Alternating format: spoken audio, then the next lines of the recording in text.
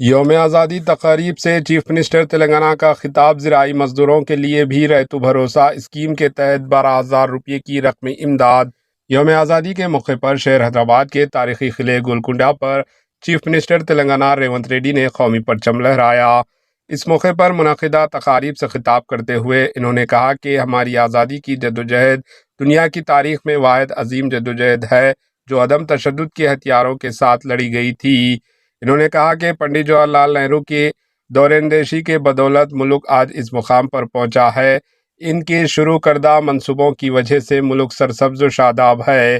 لال بہادر شاستری اور اندرا گاندھی نے زراعت میں انقلاب برپا کیا۔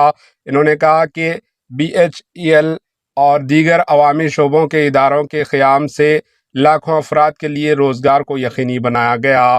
انہوں نے کہا کہ کانگریس پارٹی نے ملک کے لیے جو خدمات انجام دی ہے انہیں کوئی فراموش نہیں کر سکتا۔ انہوں نے اپنے حالیہ دورے امریکہ کا حوالہ دیتے ہوئے کہا کہ اس دورے امریکہ کے موقع پر ورلڈ بینک کے صدر سے ملاقات ہوئی۔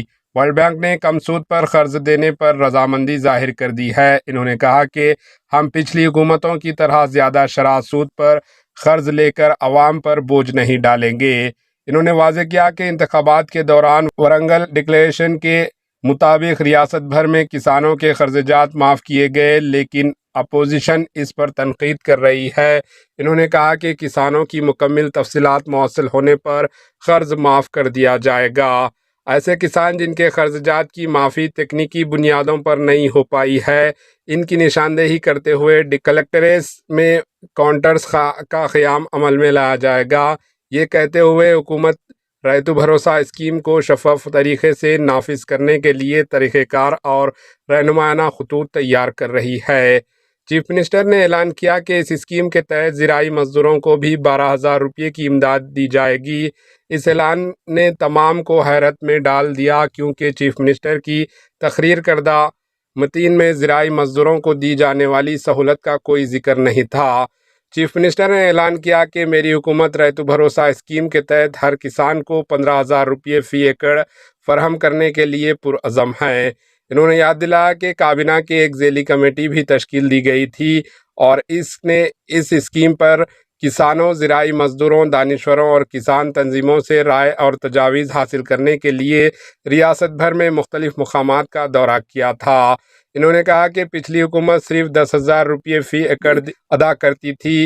حکومت نے فصل بیمہ اسکیم کے تحت کسانوں کی جانب سے بیمہ ادا کرے گی۔